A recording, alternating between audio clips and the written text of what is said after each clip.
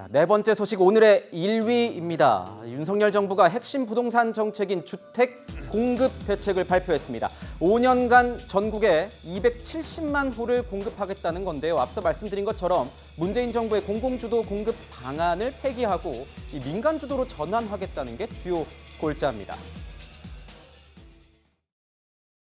과도한 규제, 수요와 맞지 않는 공급 정책으로 집값이 폭등하고 국민들의 주거 상향의 꿈을 앗아갔습니다. 살고 싶은 곳에 살고 싶은 품질의 주택을 꾸준하고 충분하게 공급하는 것입니다. 과거에 주택 가격 하락기에 공급을 줄였다가 막상 그 다음 상승 사이클 때 공급 부족으로 통상적인 사이클이 아니라 폭등을 맞았던 그러한 실패를 다시는 범하지 않아야 된다는 면에서 270만 호의 주택 공급은 저희들이 차질 없이 진행을 하면서 수요 응답형 공급이 될 수 있도록 노력을 하겠습니다. 자, 원희룡 장관의 브리핑 들어봤습니다. 이 핵심은요, 5년간 270만 호의 주택을 공급하겠다 이겁니다. 문재인 정부보다 더 많이 공급하는 건지도 궁금하고 또 이게 규제 완화, 또 이전 정부와는 어떤 것이 다른 건지 좀 궁금한데 이훈정 위원님께서 좀 설명 부탁드리겠습니다. 일단 문재인 정부가 사실 이번 대선에 패배한 그 원인 중에서 아마 가장 큰 원인을 꼽으라면 바로 이 부동산 문제일 겁니다. 네. 결국 이 부동산 문제의 정책 실패로 인해서 사실 지지율도 많이 떨어졌고 대선에서 패배한 중요한 원인이 됐는데 문재인 정부의 핵심적인 부동산 정책은 일단 공공 위주의 공급 정책이었죠. 또 수요를 억제하는 정책이었습니다. 즉 세금을 인상을 통해서 수요를 억제했고 예전에 김현미 장관이 이런 이야기를 했어요. 거의 우리나라 서울 같은 경우는 주택 수로 보면 거의 1가구 1주택 정도 된다. 그러니까 어떤 수요 자체가 그렇게 많지 않다 얘기했지만 수요라는 게 그렇지 않습니다. 항상 좋은 곳으로 옮겨가고 싶은 욕망이 있는 거거든요. 그런 면에서 이제 이 윤석열 정부에서 기존 정책과는 좀 다른 지금 오늘 정책을 이제 발표를 했습니다. 지금 전체로 한 270만 호 정도 하는데요. 일단 서울만 하더라도 한 50만 호 정도 됩니다. 네. 이건 아마 문재인 정부보다 한 18만 호 정도 더 많은 수치예요. 많은 거군요. 네, 그렇습니다. 그리고 또 수도권 같은 경우도 한 29만 호 정도 더 많은 수치고 일단은 큰 흐름은 일단 민간 위주로 공급을 하겠다는 거죠. 그러니까 이 각종 규제를 줄임으로 인해서 실제 재건축이나 재개발을 빠른 시간에 할 수 있도록 그런 줄이는 정책. 그다음 세금을 일단 완화해서 이런 어떤 재개발의 부담을 줄여주겠다 이런 차원입니다. 근데 이제 문제는 지금 집값이 많이 떨어지고 있거든요. 그렇게 이렇게 동시에 예를 들어서 많은 수의 공급이 될 경우에 집값을 어쩌면 더 부추기든지 더 또 떨어지는 효과가 날 수가 있기 때문에 아마 이런 것들은 순차적으로 어떤 방식으로 할지는 이제 아마 9월 달, 10월 달 접어들면서 구체적인 방침은 일단 그때쯤 밝힐 것으로 보여집니다. 그렇군요. 자, 지금 이렇게 주택 공급 대책 내놨습니다. 최병무 위원님께 좀 여쭤보고 싶은 건 이런 겁니다. 지금 집값 좀 안정세로 가고 있다라는 일부 보도들도 좀 나오고 있는데 여기서 가장 중요한 것은 집값을 어떻게 연착륙시키느냐, 집값 하락을 이렇게 보여지는데 이 대책이 어떻게 실효성이 좀 있다고 보시는지 어떻게 보시는지요? 글쎄 현재 오늘 발표한 내용만 가지고 보면 일단 문재인 정부보다 20만 훨씬 더 많은 주택을 공급하겠다. 그리고 이제 수요 억제에서 공급 활성화로 바꾸겠다. 그 중에 이제 대표적인 것이 재건축, 재개발 활성화 이렇게 돼 있거든요. 문재인 정부에서는 사실 재건축, 재개발 부분과 관련해서 재건축 부담금을 부과하는 문제 이걸 완화시켜주지 않음으로써 상당수의 재건축이나 재개발을 하는 곳에서 머뭇거렸어요. 네. 그러니까 이거 나중에 지금은 이 재건축 부담금이 너무 우리한테 좀 심하다라는 차원에서 나중에 뭐 정권이 바뀐다든가 아니면 나중에 좀 완화됐을 때 재건축이나 재개발을 하는 게 어떻겠느냐 뭐 이래서 많이 자제하고 있었거든요. 네. 이런 것들을 지금 윤석열 정부가 공급을 확대하는 쪽으로 전환을 하면서 재건축이나 재개발 이런 것들을 활성화하겠다는 거예요. 물론 이 경우에 이제 여러 가지 또 부작용이 생길 수가 있죠. 근데 마침 또 지금 그 집값이 하향 안정세를 가지고 있단 말이죠. 네. 그러면 이런 정도면 재건축 재개발이 활성화되면 재건축 재개발 그 대상 그 단지는요 집값이 오를 가능성이 굉장히 많아요. 그런데 지금 전체적인 흐름이 하향 안정세이기 때문에 이 오르는 거를 좀 충격을 저는 완화할 수 있다고 보거든요. 네. 그런 점에서 본다면 전체적인 흐름이 수요 억제에서 공급 중심으로 그리고 공급 중에서 재건축, 재개발 이런 비중이 상당히 많은데 그런 부분도 지금 그 이제 원희룡 국토교통부 장관이 좀 완화하겠다 이런 식으로 갔기 때문에 제가 보건대는 9월 10일에 이제 뭐 공급 택지를 어느 지역에 공급하느냐 뭐 네. 이런 것들이 좀 남아 있긴 하지만 현재로 봐서는 방향은 일단 잘 잡았다. 방향은 그리고 잘 잡았다. 마침 그 전체적인 그 부동산 가격의 하향 안정세이기 때문에 이 그 추세도 흐름하고도 맞는다. 저는 이렇게 생각을 합니다. 자, 최병욱 위원님은 이 방향은 좀 맞은 것 같다라고 이렇게 표현을 하셨는데 서영주 대변인님은 어떻게 생각하시는지 좀 궁금하기도 하고 지금 보면 핵심은 또 규제 완화입니다. 재건축 재개발 활성화시키기 위해서 규제를 완화하겠다 이건데 이거는 법 개정 사항이 들어갈 수 있거든요. 어떻게 실효성이 있을 것으로 보이시는지 앞으로 국회 상황도 좀 궁금하기도 하고요. 어떻게 보십니까? 이거 뭐 방향 부분은 이제 정부가 부동산 정책이라는 게 뭐 단기적으로 효과를 볼 수 있는 건 아닙니다. 뭐 5년, 10년 이렇게 두고 보면서 가는 것이기 때문에 굉장히 좀 힘든 정책이고요. 그다음에 결국엔 부동산은 인간이 가지고 있는 가장 큰 욕망 중에 하나예요. 그렇기 때문에 금방금방 부동산의 문제에 대해서는 쉽게 반응을 하죠. 근데 문제가 되는 것은 방향은 오를지 모르나 보면은 서울에 50만 호, 수도권에 158만 호, 208만 호를 5년간 짓는다고 했어요. 네. 그러면 부동산은 건 그렇죠. 어디에 지을 거예요?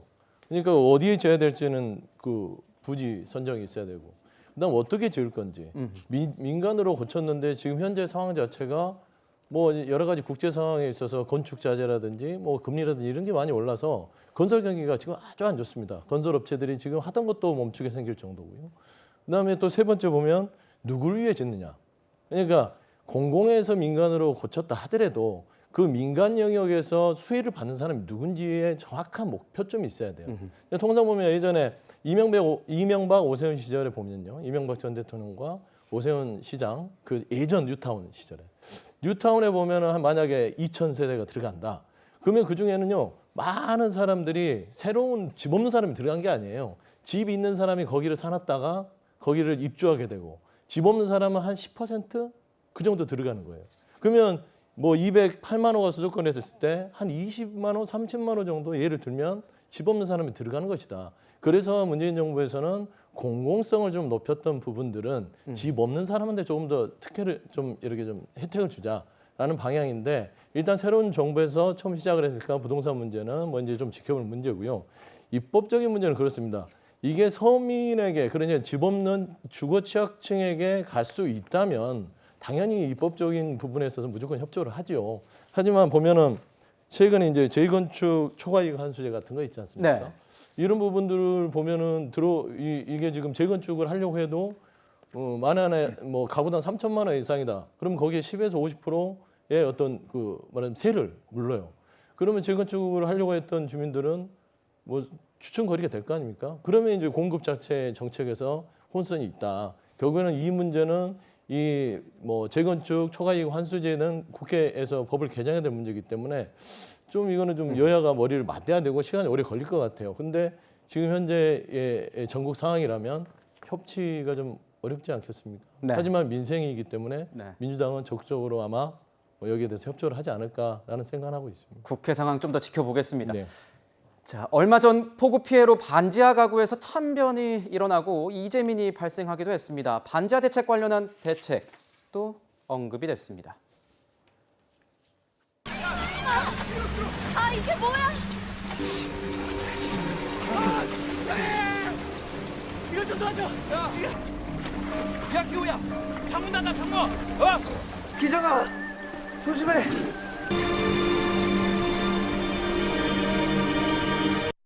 침수 우려가 있는 지역에 대해서는 지자체가 지하 주거 용도를 금지시킬 수 있는 권한이 이미 법에 반영이 되어 있습니다. 앞으로 단순히 반지하뿐만이 아니라 모든 비정상 거처들이 주민들의 의사와 지자체들의 실정을 반영해서 앞으로 이게 체계적이고 단계적으로 진행될 수 있도록 종합 대책을 연내에 마련하도록 하겠습니다. 자, 지금 보면요.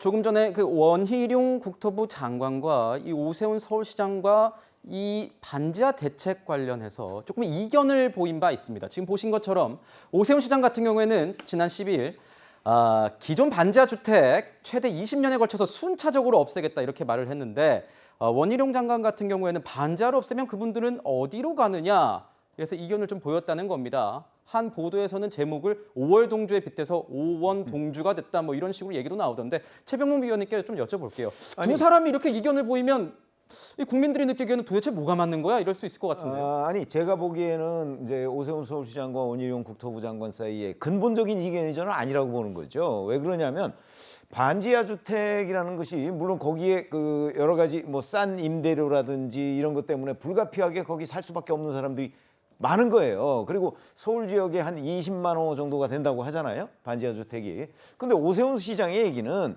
이거를 뭐 당장 없애겠다는 얘기가 아니고 이게 이제 그 뭐 지하 주택이나 반지하 주택이 내구 년수가 있잖아요. 네. 그거에 따라서 앞으로 최대 20년 내구 년수가 이렇게 점점 다가오면 뭐 거기 이제 재건축이나 재개발 같은 걸 하지 않겠습니까? 그러니까 그때에 맞춰서 이제 시한이 끝나면 새롭게 짓는 재건축이나 재개발에서는 반지하에 사람이 살 수 없도록 하겠다. 이걸 단계적으로 하겠다는 얘기거든요. 네. 그러니까 이걸 뭐 1, 2년 사이에 지금 하겠다는 게 아니에요. 단기전으로 하겠다. 그러니까 한 20년 정도면 뭐 이제 현재 반지하에 살고 있는 사람들이 그게 아마 재건축이나 재개발로 옮겨갈 가능성이 굉장히 많다고 보고 저런 대책을 내놨다고 생각을 하고요.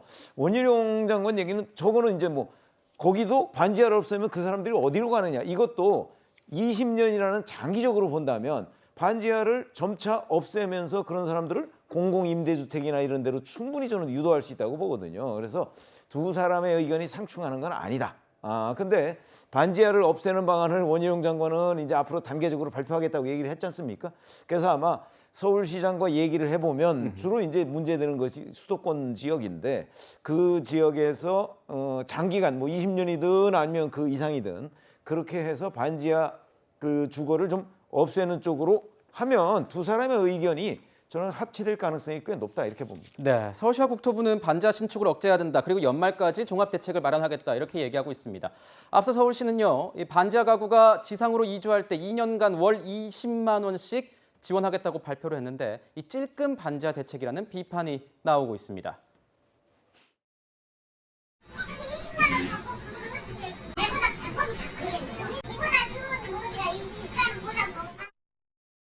보증금이 좀 세가지고 월세가 한 20만 원만 달달 준다면 이거 조금 힘들죠. 반지하에 계시는 분들에 대한 지원 체계를 하는 과정에서 나온 거기 때문에 조금은 구체성이 선언적 의미라고 보시면 돼요.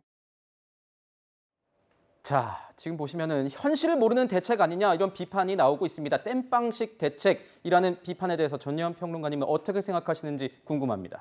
땜빵식 대책 맞습니다. 첫 번째, 현장을 몰라도 너무 모른다라는 비판이 나올 수밖에 없는데 물론 월세 20만 원 지원해주고 장기적으로 이 반지하 문제를 해결하겠다는 의지를 표명한 것은 좋지만 과연 지금 지하와 반지하에 사는 분들이 지상으로 갈 경우 월세 20만 원 지원해 주겠다는 것으로 현실적으로 이것이 가능한가라는 것은 현장을 너무 모른다는 거예요. 네. 그러다 보니까 배보다 배꼽이 더 큰 대책이란 말이 나오는 거고요.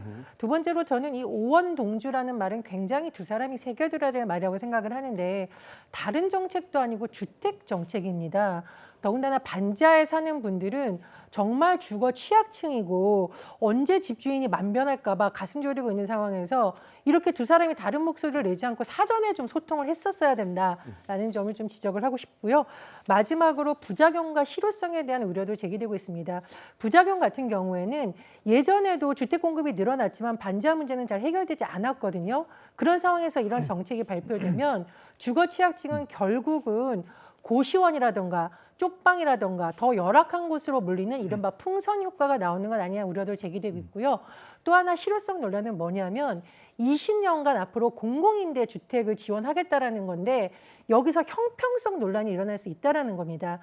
지하나 반지하에 사는 분들보다 더 저소득층이나 취약층이 있을 수가 있는데 그럼 이 사람들은 어떻게 할 것이냐. 특히 공공임대 주택이 과연 20만 호 공급이라고 하는데 11만 호 정도라고 지금 얘기가 되는데 20만 가구를 다 수용할 수 있느냐 이런 부분에서 너무 제대로 검토를 안 하고 중요한 정책을 발표했다 이런 비판이 나오는 것으로 보입니다. 조금 더 고민해야 될 부분이 있는 것 같다 이렇게 말씀을 해주셨습니다. 자, 궁금한 건요. 조금 전에 이 침수 가구 관련해서요.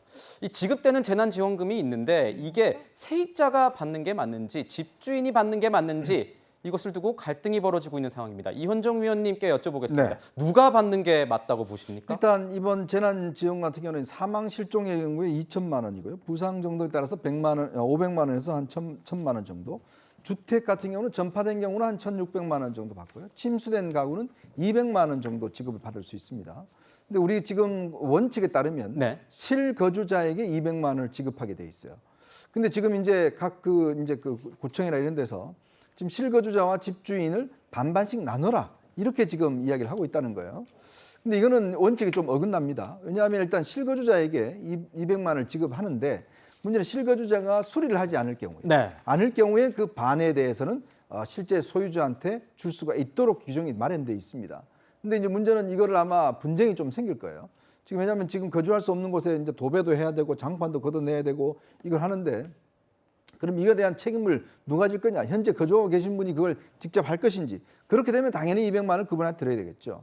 근데 만약에 그분이 하지 않을 경우는 또 이걸 집주인에게 줘야 되는 이런 원칙인데 아마 각 원칙은 이렇지만 현장별로 또 세입자와 집주인 간의 갈등 이런 것 때문에 굉장히 혼선이 빚어질 것 같습니다. 조금 더 세심하게 좀 정책을 짜야 될 필요가 있을 것 같습니다.